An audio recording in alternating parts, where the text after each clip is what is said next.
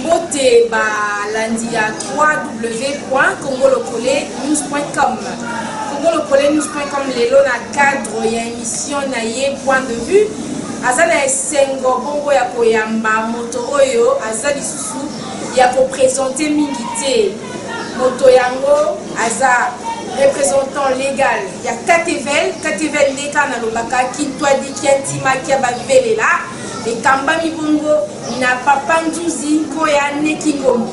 yende avandi pembeni nanga na ye tokobeta lelo masolo o etali losambo kasi yango tokota na mozindo otikanga bandeko na pesa papa nzuzi mbote papa nzuzi yenge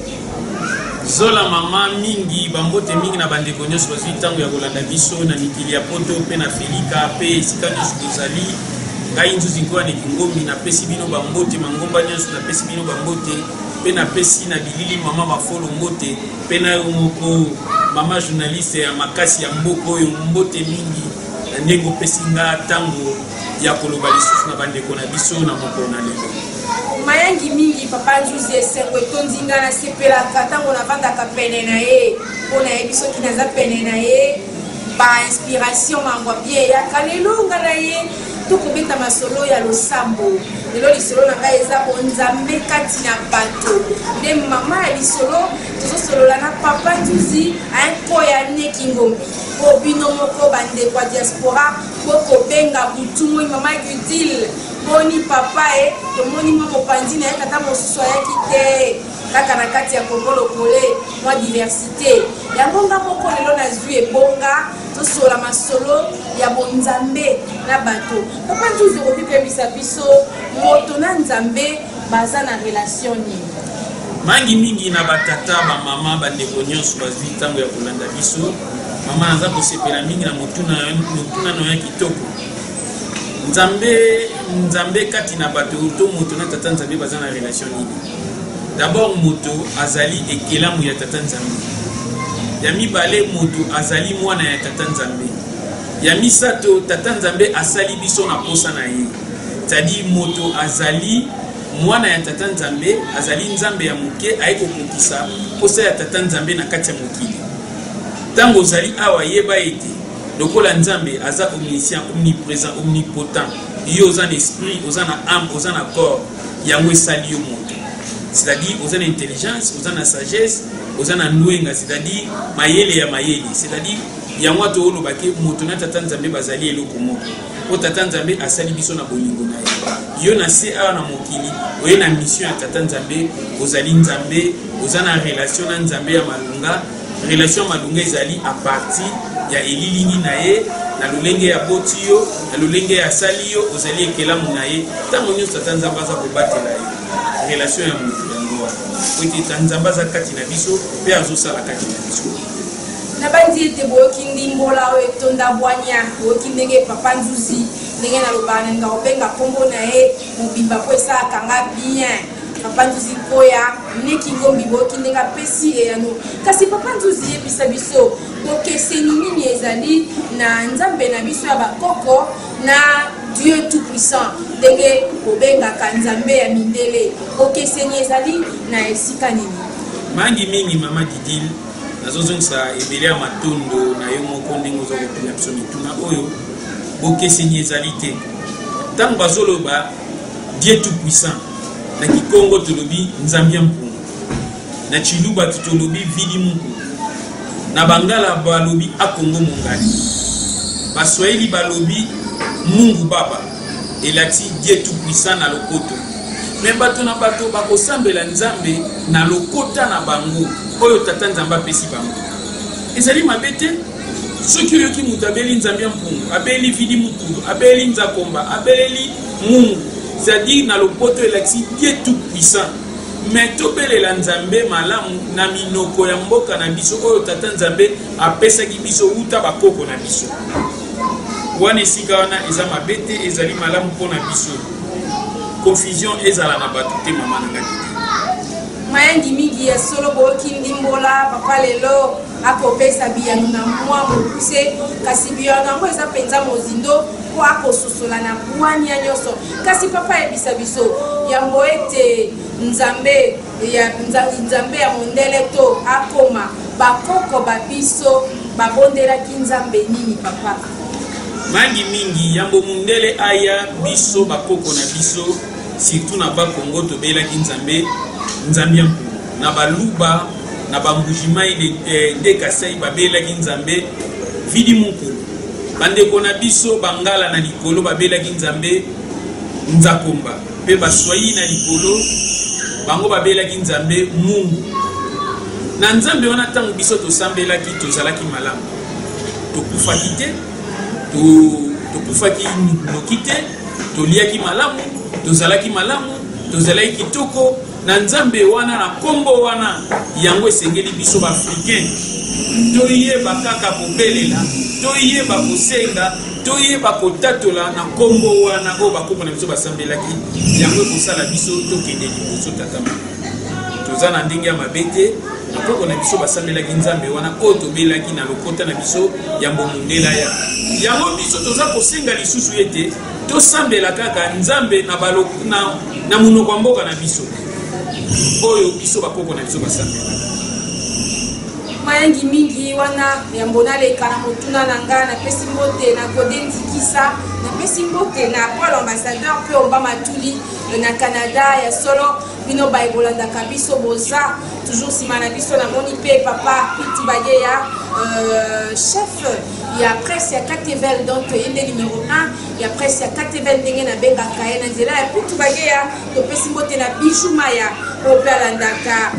Congo Lokole News alandaka point de vue mpona koyeba bongo papa nzuzi ya koloba nini papa nzuzi ya kopesa bwani ya kopesa mayele kasi papa oyebisa bato bakolanda biso yo olobi tobondelaki na ntango akala kaka nzambe na biso kasi papa lolenge nini bakoko babiso mpe biso tokomaki kobondela nzambe ya mondele mingi mama na nga naza na esengo mingi na motuna na yo nzambe ya mindele selon l'histoire na biso nde totangi na bakelasi avant mundele ya biso toyebaki deja nzambe mais mundele aye kokota awa na 1482 ntango aye awa akotaki na nzela ya mbanza Congo na ngambo ya bakongo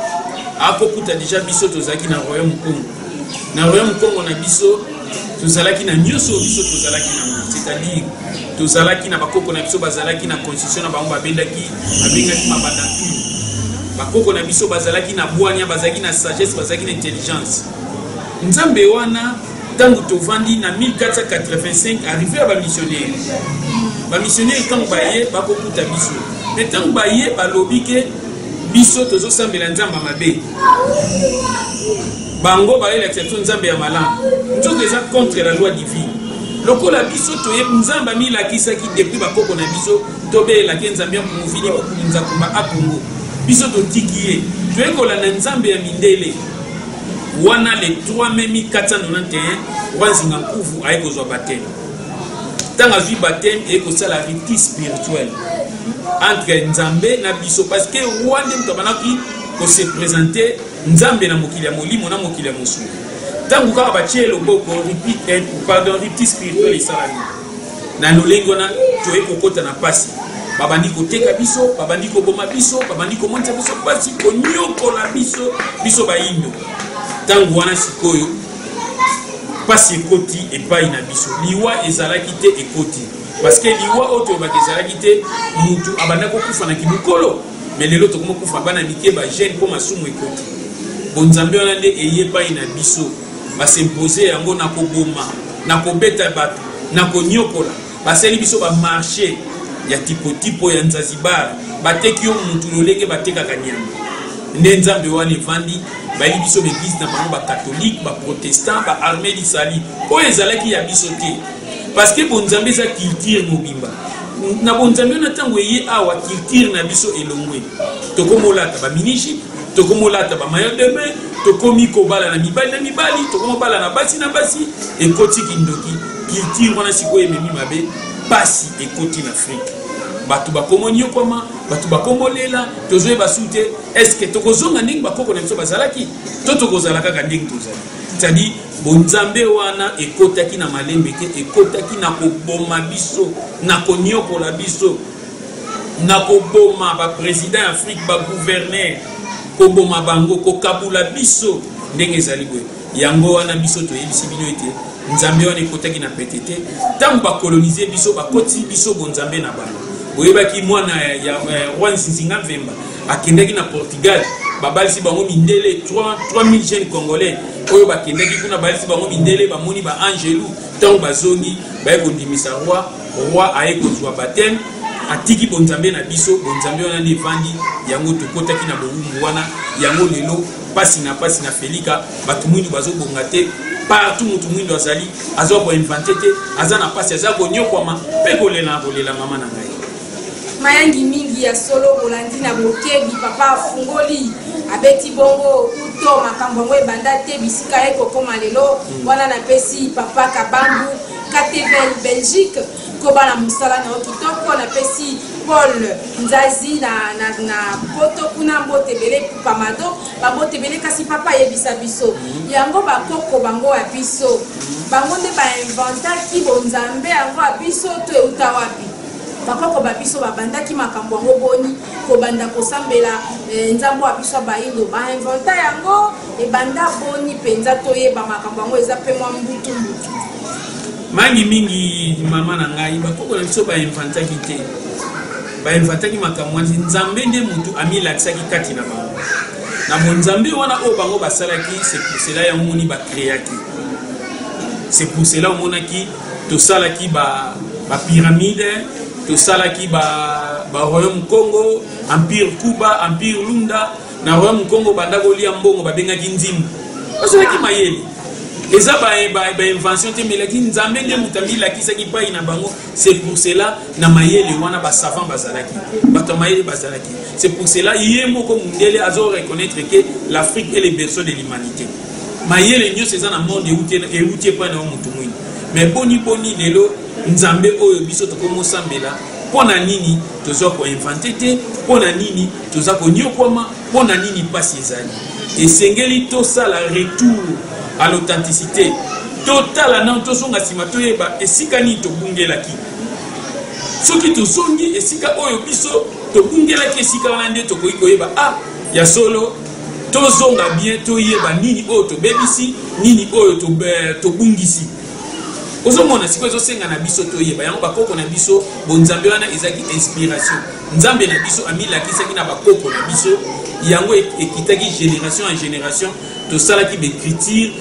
tozaki na bato mayele ya ndenge na ndenge mama na suki wana mama na ngai mbote mingi na papa monga wa tata na yonde molandi monene ya KTV kintwa dikiantima kia bavelela na pesi yo mbote bele wana papa pitwa yebi na Canada na Canada monga wa tata wana nde akotia makomi mikolo nyonso na émission ya KTV tobosani te kiindu dietu bino nyonso bipai bozali bambote ya solo na moni bato nyonso baza na biso Marianne Mafolo tokokoba kasi papa yebisa biso baindo bazana makobunga baindo oyo bakosambela banzambe ya bapaya kotala baindo oyo bakosambela Buddha, Yahweh, Allah, Izwara to baboni baindo wana babunga nzela to baindo wana baza bongo na nzela malamu mangi mingi mama na ngai eloko tokoloba mama Didi baindo oyo bazosambela banzambe wana toyebake bonzambe wana eza importe eyaki koya ozomona eyaki mpe na malembe te babetaki bakoko fimbo ozomona mpo kombo wana evanda kombo ya Mahome kombo ya Jésus kombo ya Buddha ya batu nyonso tozoloba bayaki na malembe te tala ndenge babeti biso banyokoli biso kombo wana d'abord epa na biso eza injire na ndenge nini mpo nzambe na likolo ntango akeli mokili na ye alobi boye bino batu mwindu mpo bandobelela nga na bakombo na ngai na balokota na bino c'est-à-dire belela nzambe na lokota na yo vili mukulu nzakoma mungu nzambe ya mpungu wana eza mpona mutu mwindu soko olingi omona ngai akepa bamindele alobi bino bandobelanga na kombo ya Yahweh to Jehova akepa bamisilma bino bandobelanga na kombo ya Yahweh ya Allah akepa ya bapo jaune bino bandobenganga na kombo ya Izwara nzambe azalaki juste eza lokola kombo ya tata biso bakongo tobengaka to bato mwindu tobengaka tata utatu bamindele kuna papa bangle kuna soki fader soki mader ozomona eza na lolenge lokota na lolenge moko mpe na bonzambe siko boni sikoyo ebanda mundele yebisanga kaka mwana mundele aya benga père nena na Afrique te abenge tata omweke mundele aya anglais otali kaka apo yebi makambo zolo batali que mwana zolo ba munoka badia bunte ozomona po ete eza pe ndenge moko sambela nzambe na munoko mboka na yo belela nzambe na kombo na yo oyo bino bafricain boyebi mingi papa kasi ekomami wapi makambo koloba o nzambe alobaki biso baindo tobelela vidi mokulu akongo mongali nzambe ya mpungu bajaune kuna babelela izwara basusu babelela maome basusu babelela ndenge olobi wana papa référence nini tozwi makambo koloba na buku nini ye na molimo ye na bakongo to ebimeli wapi mama nanga eloko moko na koloba na bato mwindu nzambe aza juste o mindele ntango bayaki epa na biso bakuta biso toyebaki nzambe tobelaki nzambe ya nkulu tozalaki na baroi siko eutei na référence nini soki totali na bible na bango moko na Deutéronome 13 7 à 10 Moïse azoyebisa bana Israël soki omoni ndeko na yo frère na yo moninga bobotama tata moko mama moko to esika moko aye kolakisa nzambe oyo esambelaki bakoko na bino te bozwa mutu wana boboma ye bopusa ye mosika azala pembeni na bino te mpo akolakisa bino nzambe esambelaki bekolo mosusu wana Moïse azopekisa nani bana Israël lolenge moko mpe biso tokoki kosambela nzambe oyo eza ya bato mwindu te pardon ya bamindele te ya barabe te wana ezali colonisation spirituelle toza ya kokangama se pousse lomoni bamilimo na biso ntango ekufi ezokangama na bachaine na bakinkakasa bazoniokola biso bazomonisa biso pasi yango wana mama eloko nazalaki na mpona yebisa na bino bato mwindu kozolandanga eplace nyonso ozali kombo ya Yawe ala yebisanga ezani yoka mama okomona musulman soki olobi apelela nzambe na kombo ya Yawe bolinga te oyo yango te ezalaki inspiré epai ya prophète soki oyebisi chrétien abelela nzambe na kombo ya Allah akoloba te yango te ezalaki inspiré yango wana te eza na bible omoni ke bango nyonso bakombo ya nzambe c'est que secret moko eza na bachiffre wana na bakombo wana est-ce que bonzambe oyo eyaki mpona kosunga biso eyaki mpona kosunga biso te mama mayangi mingi papa nzuzi koya neki ngombi olobi kitoko bonzambe wana eki mpona kosunga biso te kasi biso mpe bayindo na bonzambe yango ya biso tokoinvente eloko te tokokela eloko moko te na se na moi oyo tokotala bayeyamba ya bayindo mosusu okoka baza mpenza bongo na kotia pembeni nyonso ya mondele papa nzuzi okumbaka motuka kitoko papa nzuzi na kati ya amer papa nzuzi na kati ya infinity na kati ya ba Cherokee ba grand Cherokee papa kaka be mondele tokoboya nde ba invention na et kasi beyamba oyo bayindo l'église de noir oyo se koboya biloko ya mindele yo omona kango penza baza na nzela alima to bakobeta penza mopanzi mama eloko na koyebisa yo ndele ayaki kokopie makambo epa na biso c'est-à-dire soki les grands Égypte ezalaki biso banoir mundele azo reconnaître que l'Afrique est le berceau de l'humanité yo yebisa ngai koko na mundele ayaki na rado akokuta koko azotambola na pirogue mais la pirogue lelo esali bato mundele akokuta déjà biso toza déjà na ba royaume oyo ezokamba Angola ezokanga Congo ezokamba Angola et Congo Brazzaville mayele wana eutaki wana mundele azo reconnaître que connaissance nyonso azwi euti epa na omutu mwini ye moko azoloba na balivre ebele bainvention mingi eza problème spirituel biso toza esika kokolisa baame te mpona kokapte makambo tomonaka mpe ndoki mona bimi na kombo mekuna ekomi avion mais nini ezozanga biso problème spirituel mpo tobosani tata kimbamba yango mama bato wana bayaki te mpona bonzambe bonzambe na bango eza mpona kodétruire koyiba parce que yo en Afrique oza na nyonso eloko ezangi yo bwanya oyo bakoko na biso basaki yebisa koko na biso abandaki koinvente asalaki minduka asalaki mbongo asalaki makonga asali pyramide asali bekiti lelo bazoko déchiffrer en haute en Égypte ezosenga yo mutu mwindo zongo benvention nyonso eza na monde euti na Égypte moni mutu mwindo azomingi mate po yebi histoire te baolakisa kaka mundele aza likolo me baye basali recherche yango na mama na ngai bayaki mpona koyeba te yango po tokende na kolinga totala nanu discours ya roi Léopold toyeba est-ce que bato wana bayaki na bonzambe to bayaki na bonzambe te bayaki kokosa biso to bayaki kokosa biso te yango wana ya solo tolanda nanu discours ya roi Léopold II en passant na pesi mbote na papa Nzeka po epe bwanya etondi po epe penza yebi masolo ya baindo masolo ya nzambe ya boindo na discours oyo koyoka ndenge roi de Léopold II akoloba ete moto moindo olakisa ye nzambe na biso akosunga ye na eloko te bokende bozwa bongo babikeko na bango botia na Vatican babikeko epesaka bango makasi bozwa yango botia na Vatican po esalela biso boteya bango Yesu Kristo akoyaka te mpo na bango yango bolanda nanu discours ya roi Léopold II bongo moko na moko abenda makanisi asosola nde tokutani nsima ya baimage oyo du roi Léopold II à l'arrivée des missionnaires au Congo belge, de voir des prêtres et pasteurs blancs dans cette patrie. Révérend père, pasteurs et chers compatriotes, soyez les bienvenus dans notre grande patrie du Congo belge. La tâche qui vous est confiée de remplir est très délicate et demande beaucoup de tact. Prêtres et pasteurs, vous venez certes pour évangéliser, mais cette évangélisation s'inspire de notre grand principe, avant tout, les intérêts de la métropole. Le but essentiel de votre mission n'est point d'apprendre aux Noirs à connaître Dieu. Ils le connaissent déjà depuis leurs ancêtres. Ils prient et se soumettent à Nzambi Mpunu, que je sache, et aussi à Nzambi Mawezi. Ils savent que tuer, voler, coucher avec la femme d'autrui, calomnier, insulter est mauvais. Ayons le courage de l'avouer, vous ne venez pas leur apprendre ce qu'ils savent déjà.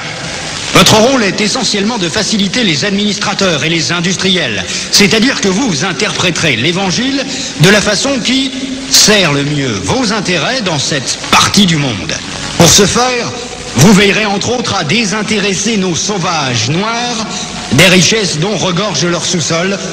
afin d'éviter qu'ils s'y intéressent ou qu'ils nous fassent une concurrence meurtrière, rêvant un jour à nous déloger de cette partie avant que nous ne nous enrichissions. Votre connaissance de l'Évangile vous permettra de trouver des textes qui recommandent et qui font aimer la pauvreté. Par exemple, « Heureux les pauvres, car le royaume des cieux leur appartient. Il est plus difficile pour un riche d'entrer au ciel qu'à un chameau de passer par le trou d'une aiguille, etc. » Vous ferez donc tout pour que les nègres aient peur de s'enrichir pour mieux mériter le ciel. Les soutenir petit à petit pour qu'ils ne se révoltent jamais un jour. Les industriels et les administratifs seront obligés de se conformer à ce que je vous recommanderai, à vous prêtres et pasteurs blancs, de temps en temps, pour vous faire craindre, de peur de courir à la violence, injurier, battre. Il ne faudra pas que les nègres ripostent ou se nourrissent de vengeance. Pour cela, vous leur renseignerez par tous les moyens et vous insisterez pour qu'ils suivent l'exemple de tous les saints qui ont tendu les joues, qui ont pardonné les offenses, qui ont reçu les crachats et les insultes sans tressaillir. Il faudra les décourager et les détacher de tout ce qui pourrait leur donner le courage de nous affronter. Je songe ici spécialement à leurs nombreuses fétiches de guerre qu'ils prétendent ne point abandonner. Votre action doit porter essentiellement sur les jeunes, afin qu'ils n'hésitent point de nous saluer. Quand le commandement du Père est en contradiction avec celui des missionnaires, qui sont les pères spirituels de leurs âmes, vous insisterez particulièrement sur la soumission et l'obéissance, même aveugle. Cette vertu se pratique mieux quand il y a absence de critique. Apprendre aux élèves à croire et non à raisonner. Ce sont là, chers prêtres, pasteurs et compatriotes, quelques-uns des principes que vous appliquerez sans faille. Vous en trouverez beaucoup d'autres dans les livres et textes qui vous seront remis à la fin de cette séance. Vous verrez donc ce que je recommanderai à vous, prêtres et pasteurs blancs. Évangélisez les Noirs jusqu'à la moelle des os, afin qu'ils ne se révoltent jamais contre les injustices que vous leur ferez subir. Faites-leur réciter chaque jour « Heureux ceux qui pleurent, car le royaume des cieux leur appartient ». Convertissez les Noirs au moyen des chicottes. Gardez leurs femmes à la mission pendant 9 mois, afin qu'elles travaillent pour vous. Courtisez-les s'il le faut. Et exigez ensuite à ces convertis qu'ils offrent en signe de reconnaissance des bonnes viandes, poules, coqs et œufs, chaque fois que vous visitez leur village. Faites tout pour éviter que les Noirs ne deviennent riches. Pour ce faire, chantez-leur chaque jour qu'il est impossible à un homme riche d'entrer dans le royaume des cieux. Faites-leur payer une taxe chaque semaine à la messe de dimanche. Détournez cet argent prétendument destiné aux pauvres pour avoir des magasins importants là où vous êtes, paroisses, procures. Transformez vos missions ainsi en de gros centres commerciaux florissants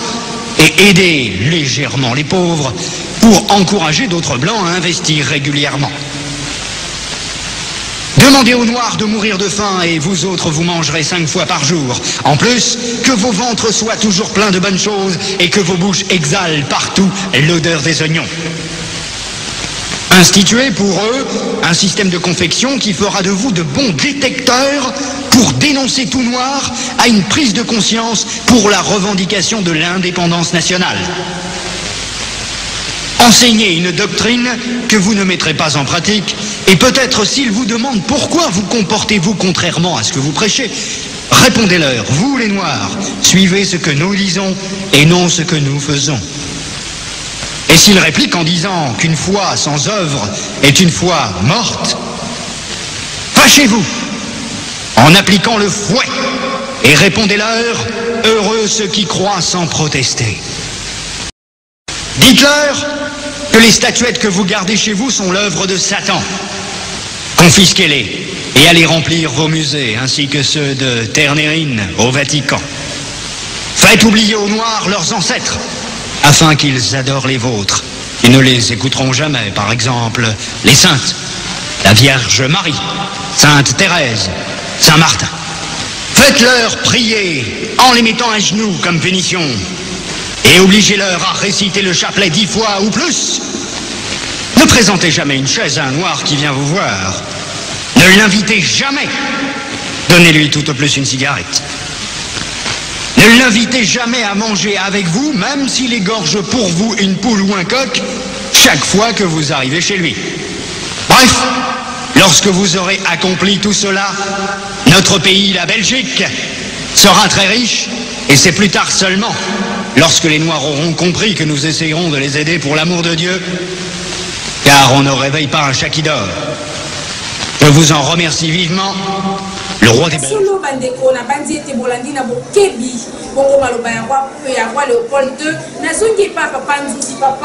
Oki kolimbolela baindo banso bakolanda yo maloba ya roi Léopold II po ba comprendre basosola penza wapi esika moyindo akangamaki.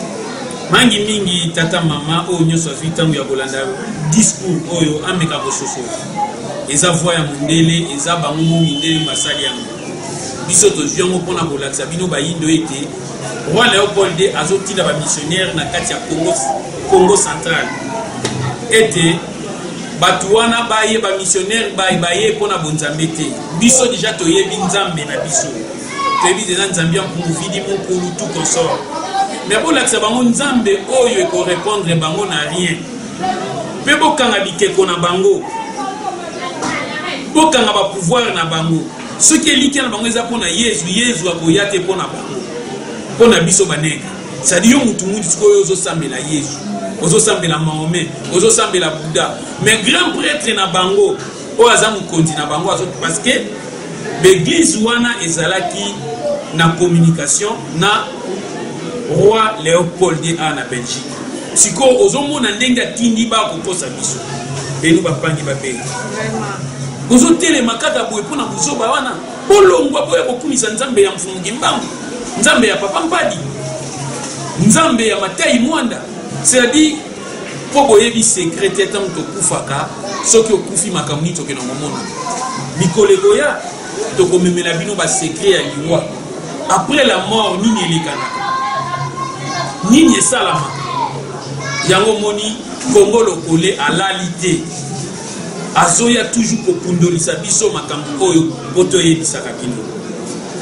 mayangi mingi tokomi na suka ya émission na biso ya lelo oyo toyekosala bongo na Papa Nzuzi Koya Nekingombi oyo nalobi aza bongo représentant légal ya Katevel Kinto Adikiantima kia bavelela papa maloba epa na yo pesa mwa toli moko na bato nyonso bakolanda yo conseil nini okopesa na baindo nyonso bana diaspora o balingi Katevel o batiaka bongo matoi na point de vue mpona koyoka bongo bwanya o ebimaka epa na yo Papa Nzuzi. Conseil gratuit na lingo yebisa na bato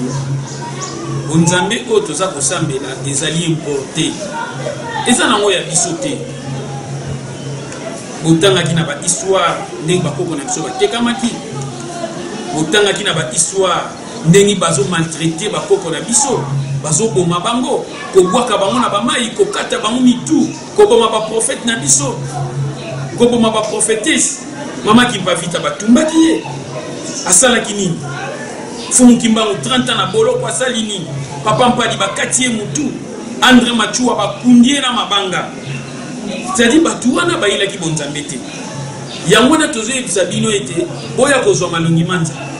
po ete bokolisa mayele na bino boya bozwa malongi ya tata nzambe ya mpungutu lendo ya vidi mukulu ya nzakomba ya mungu oyo akitisi na nzela moumbu na bino Papa Nzuzi po bozwa yango yango wana mama na nga nazoloba toza na milulu ya munene na mbanza ngungu le 1er juin 2014 dimanche na Nevers tokozala biso nyonso na mbanza ngungu na stade Kitemoko soko lingo zwa biso na mbanza ngungu kuna na avenue circulaire numéro 45 sur rond-point ya ISP soko ye kuno kozwa biso na mbanza ngungu na avenue circulaire numéro 45 sur rond-point ya ISP soko ye kuna na famille Munyanga okozwa biso po otanga malongi manza oyo ezopesama c'est-à-dire na ebite ba mama bino peso bozala Congo Lokole et tozanga teta la Congo Lokole atambola kana Katevel partout tokozala wana donc rendez-vous et simbami biso nyonso toza le 30 juin papa le 1er juin le 1er juin Congo Lokole na Kinto Adikiantima kia bavelela na mbanzangu ça va chauffer je vous rassure donc rien à dire bozwaka bilili papa tokomi na suka mwa liloba suka epai na yo ya mboetenga na sukisa lisolo na nga na yo ya lelo mangi mingi mama na nga toujours maya bangunza oyo batu ya poto baza kosenga toujours yango pe tokokabula na mbanza ngungu na pesi bandeko nyonso mbote ba champion Kabangu mama Misamu bandeko nyonso oyo bazolanda biso pe ba papa Monga topesi bino mbote ba papa Kindoki topesi bino bambote po ete bosila kolanda biso na ngonga oyo na bayineso balandi biso toza contre mangomba te mais tozwa koloba vérité oyo ekufelaki ba prophète na biso oyo ezokufela ba politicien africain oyo batu bazonyokwamela vérité eza vérité tokoki kobomba ngo te mama na ngai toyebisi bandeko nyonso pe oyo aza na besoin ayede biso mpona makambo etali mbanza ngungu botindela biso bambongo parce que toza na besoin ya kolungwe ba chaise ebele toza na besoin ya kozwa ba chaîne toza na besoin ya kozwa ba sonorisation toza na besoin ya kozwa ba biloko ebele oyo ekosenga mpona kati ya émission wana oyo eza makambo fungi mbango ezaka likunya na mutu te kozala motema likundu nango te eza makambo na o mutu mwingi salela ngo na bosolo salela ngo kofungwama makambo oyo eza ya tata nzambe ya mutu lengi batu bakufa nango yango nga Nzuzi Koya na jango susu mpona kotalisa bino bandeko na biso na diaspora pe na mbanza ngungu nde bozolanda biso topesi bino mbote bana mbanza ngungu bana Kisantu bana Kikonka bana Kimpese bana Kulungongo Lukala pe bamboka nzinga ngai Nzuzi Koya nazoya na stade le 1er juin 2014 ekozala dimanche na ngonga ya Nevers na stade Kitemoko pe na pesi famille Kitemoko mbote na ndenge boyambi komi na suka ya lisolo na biso ya lelo na Papa Nzuzi Koya Nekingombi tolobelaki bongo losambo na moto na losambo je crois yango eza bonzambe kati na moto ya solo papa ya solo tolobelaki bonzambe kati na moto to kati na bato tokomi na suka bolandi papa nzuzi apesi biyano na bokebi nyonso ya solo bandeko tozwa oyo ya malamu totia na misala pamba te na nzela ya katevel bayindo ebele bakososola wapi nzela basengeli kokota napesi merci na mama Marianne mafolo oyo azwi baimage oyo ndenge Karine Mbembe abengaka ye multidimensionnel deux fois te nakanisi susu Starling Bewa place aza kuna na mikili ya poto nakanisi susu Laetitia Bisengo tokomi na suka ya émission France Kapalai yo lobaki bongo masolo ezali tokozela yo Flori Balekomoso tokozela yo Rikine Miala David Polito bato bakokende bongo Kazangulu kozangisa mwa lomeya na yo te nzambe bakokwa kopambola yo nakozela bobenganga na nzela ya singa Mbanzangungu le 30 toza wana le 1er juin nasengi na bino nyonso bobengaka ngai mpona koluka papa nzuzi botia mwa lomeya na makambo afumuki mbangu bokozwa bongo lobiko wana ya makambo erataka te kaka ndenge ma ya bangunza erataka te yango mpe erataka te mpona kosukisa mbote makasi na Christian Disu oyo alandaka papa nzuzi nkoyaneki ngombe akomaka mpe napesi mbote na Dieudonné Disu toute la famille Disu bisika bozali esengo ezalaki yanga koyeba bino ebele kolanda site na bino site ya makasi oyakala makambo ya solo mpona lobiko ya moto moindo merci na bino nyonso bolandaka congolokolenews.com nakutani na bino mbala ya nsima kimia boboto mpo mabotama bino nyonso bana ya mvuluzi napesi bino ibobo ingeta tokutani mbala ya nsima merci apa matondo matoni mama biso akapo